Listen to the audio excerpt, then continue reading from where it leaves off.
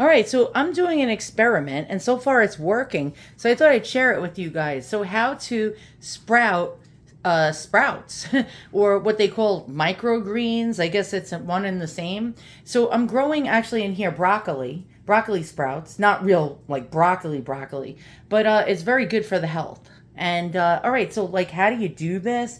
There's a lot of different methods. You can even do it in a jar. You can do it in soil. You can do it in all different kinds of things. But this is what I decided to do. And in 24 hours, I'm gonna show you what happened. So right here, I have broccoli sprouting seeds, and again, non-GMO. Make sure you get non-GMO and stuff that doesn't have chemicals in it. This is what the seeds look like. They're teeny, teeny, tiny. Let's go ahead and take a look. And you can grow them out of soil, which is quite cool. So I got these bins here. Let's take off the lid and take a peek. And in 24 hours, they started sprouting. Now, I don't know if you can see, but let's zoom in and you can see, look at that. Little babies have emerged. Look at them emerging in 24 hours from their shell cocoon. That is absolutely outrageous. So to do this, you're going to need a bunch of things. And, well, I mean, the jar method might be the cheapest, but you're going to need a water bottle. And I use this glass, without chemicals. Because if you want to do this, you want to be a healthy person, right? You don't want to actually use anything that could cause cancer or disease, because you want to eat something to avoid cancer and disease. And so, okay, I got these bins, and I'll actually show you. Let's go ahead and get them. I got these bins on Amazon, and it came with five bins, five baskets, and five lids for about 25 bucks. Now, that's a little costly, but if you want to do this in an easy way, because you can stack the bins, you follow what I'm saying? So here's the lids. They have, I think, little air holes in them. If you look close, it comes with something called planting paper. It's stupid, I think. I tried to buy some planting paper. It's basically newspaper that just doesn't have ink on it. And to fit these bins, it was like $19.99 for like 100 of these papers. And I'm like, forget it. I'm not going to like grow them on there, because the problem lays in the fact that this basket that these come with little baskets. If you look, the holes are actually big. So when you drop the seeds in here, they're going to fall through there. So what do? They basically recommend that you put a paper towel or this planting paper on it. But it's like, it only comes with 20 of them. And so I can't use them again. And so I came up with this little idea. Let's go ahead and get this out. Okay, so they sell these needlepoint things, right? These little mesh needlepoint things. And I got a pack of 6 for like $8.99. And now we can reuse these instead of paper towels. If you notice, the holes actually are much smaller than the holes. Let's try to check that out. The holes of the basket that this came with. So that'll protect the seeds from falling through. But the problem is they don't sell the exact ones that go into this bin. So what do? So you can get a piece of like copy paper or paper. Place it in your basket. I already did this. And yeah, place it in your basket and just take your fingernail and just like perforate it. Go around it and like leave a crease. Oh, shit. The camera protector just fell off my freaking cell phone. All right. And then you take a scissor and just cut it out. But I notice it's not always perfect. You don't want this to happen. So make sure when you cut it out, it's perfect, because the seeds will fall and they'll go down, right down the side. So when you cut it out and you perforate it with your fingernail, make sure you do it the right way, not like I just did it. And then what you're going to do is you're going to take the piece of paper. Shit, my camera lens protector just fell off. What a piece of shit. I just bought this on Amazon. And it's like sticky and I can't even get it up. All right, it's stuck to my finger. All right, and then you're going to get your paper. And don't do it like I did. Do it the right way. And you're going to get your paper. You're going to hold it down with one hand and take a magic marker and trace it out. And then you'll have a tracing on here. And you just cut it out and fit it to size to fit into the basket. This is the second one that fell off my camera lens. Oh my God. I have to contact the Amazon seller and tell him I want my freaking money back. I have like 4 cameras on the back of my cell phone. All right, whatever. That's another video. And so what you're going to do is, again, you're going to cut this out. and fit it into your basket. And when you fit it into your basket, what you're going to do is, well, you should do this actually while you're preparing this shit. Pretty much, sorry for the curses. But what you need to do is take, by the way, you need this as well. So I'll show you a couple of things you're going to need besides these baskets and that needle point. And I was told that you can do this with paper towels. Now, they say they have paper towels that are unbleached and natural, but I still don't trust paper towels, the paper towel method, because the problem is the paper towels were processed with chemicals. Now, the plastic was too, but it's BPA free. And so I figured it's safer than the paper towels. So you need a teaspoon, and make sure you get a teaspoon. I can't even see which one is the teaspoon. I think it is, yeah, it's that one. You're going to take about 4 teaspoons. I tried it already. Next time I'm going to probably use 6 teaspoons. And so for 4 teaspoons, to the ratio of 1 cup of water. So you're going to fill this up with seeds 4 times, dump it in 4 times, and then fill it up. And don't use tap water. Tap water is filled with chemicals and chlorine and crap. Fill it up to the 1 cup mark with room temperature water. You can get bottled water and do that. Leave it for a minimum of 10 hours. I would suggest overnight. That's even better. But after about 10 hours, you're going to fill this little cup up with the seeds. They'll be soaked. Some of them will even be floating on top, which is insane. And you're going to actually, this I didn't cut out yet. And when it's all cut out, it'll be in here. What you're going to do is you're going to just dump the cup, just like that. Dump out all the seeds, and some will be stuck in the cup. Just get a spoon and just push them out. Then you're going to need, well, you don't really need it, but it helps. One of these silicone brushes. It's for cooking. It's like, a basting brush. And that'll actually help you a lot. I'm just going to take this insert out. And we'll pretend that this is the insert. And then it's going to be hard to do. I will tell you right now. You're going to go back and forth with this little silicone rubber brush until you get a grid of all the seeds evenly distributed in the basket.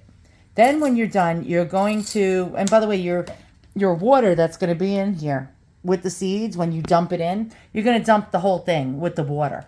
That'll actually end up in the basket underneath this. And keep it moist. And then you're going to put the lid on it, right? You're going to put the lid on it. You're going to keep it out of light until they start sprouting and really coming out of the seeds. I'm still going to keep these ones actually for probably another day.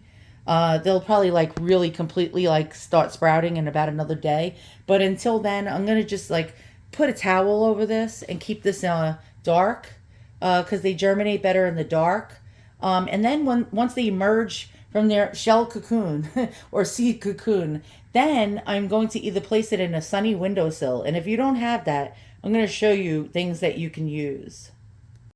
So you can get a grow light, a small portable grow light, and I will show you this thing. Look how insanely tall this one is. Okay, look at this.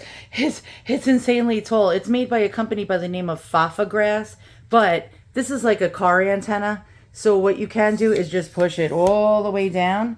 And yes, it goes low. So there you go. You need to have this at least 2 to 3 inches above your seeds because you don't want to keep it really high up because then they'll get leggy. This they sell these with stands. You can also take this out of the stands, and if you're using soil, you can actually stick one of these in the soil. And this actually pivots, and so you can have it go like that, or you can change it into different directions, 360 and 90 degrees angle. Fafa Grass. I think I got this for $10. You need a wall charger. That's the only thing. And it comes with a full spectrum light. So you get a choice between blue lights, blue lights, green lights, and red lights. And they, no, I apologize. No, that is the colored things there are a timer. So you can have it on for 3 hours, 9 hours, or 12 hours, which is great if you forget to shut things off. It comes with 3 different light spectrums. One for seedlings, one is regular sun, white light, and then the other is a red and blue, which is pretty cool. So that's another good idea if you don't have a windowsill. By the way, you need to keep this under light, or at least, believe it or not, I read 16 to 18 hours a day. So the timer thing, you might, if it shuts itself off after 12 hours, you might just have to add more on. And you can, because you have a choice of 3 hours or 9 hours or 12 hours. You can get one of these gooseneck ones, and some of them come with 4 lights, 3 lights, 2 lights. This is a 2 light version or a 1 light version, and I usually find them for like $15 or less. And this comes again. You can, if you choose, you can just use 1 light, or you can use 2 lights because it has the switch on here, and you can have it on really high or low. So 2 settings. So what's great about one of these is that these are actually, you can actually clip it to something. And then since it has a gooseneck, I didn't take the plastic off of it yet. By the way, they have all different colored lights on them. And then you can just finagle it. You can twist it all different directions, have it all different angles up. You could have it over the bin, like so. And you would keep it, like, again, low. Let's see, does this even cover the bin? It actually, yeah, this is actually good. So you can have it right above, hold on, I got to twist this. You got to twist it and have the light face it. You could have this right above, yep, and then just gooseneck it over, like so. Sometimes it's a little hard to finagle. They fall a little, which is a pain in the ass. But like that, right over your bin, which is perfect. Boom.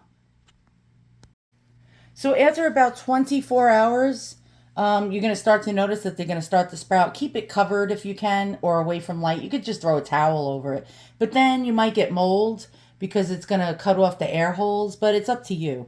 I just threw a towel over this for 24 hours, and already after 24 hours, we have this going on. And again, you see lots of sprouts popping out, but you just want to make sure you keep this moist. So every 12 hours, that's where your water sprayer comes in handy. Every 12 hours, you're going to give this a really heavy duty spritz. You're going to just really spritz every one of those seeds and make them, really wet. And then keep like a reminder. Keep a reminder and remind yourself, set an alarm on your phone. And just every 12 hours, you give them a nice mist. And after, I think, about 3 or 4 or 5 days, these will actually look like this, which would be really fantastic. And then you can harvest them. It's only about anywhere between 5 to 7 days they're ready to harvest from seed. And so there you go. That's how you can grow sprouts or microgreens. Again, I got all this stuff on Amazon, and then stuff around the house that you might have. Again, a measuring cup does help. It's not necessary as long as you know what 1 cup is. But next time around, I think I'm going to do 6 teaspoons, and then you figure we're going to have to go about 1.5 cup of water to have them soak overnight. Now, after these suckers actually sprout and come out of the seeds, then you're going to water from the bottom. Just put a little water into this bin because the roots will be in there. And then you're going to keep your eye on it. I don't know if I'm going to keep the lids on them because they only grow about, they're ready to harvest when they're about 1 to 2 inches. And you can see this bin is actually really tall. So I don't know if I'm going to keep the lid on. I guess when they really start to emerge and really pop up, then I'll take the lid off and just make sure that it's kept moist because it is the winter and the heat is on right now. So you just don't want them to dry out because then they'll wilt. They'll all wilt. So you just want to make sure they're moist. Don't overwater because then you might have a mold issue. And that's it. And that's all she wrote. All right, guys. Thanks for watching. See you guys all soon, and so long.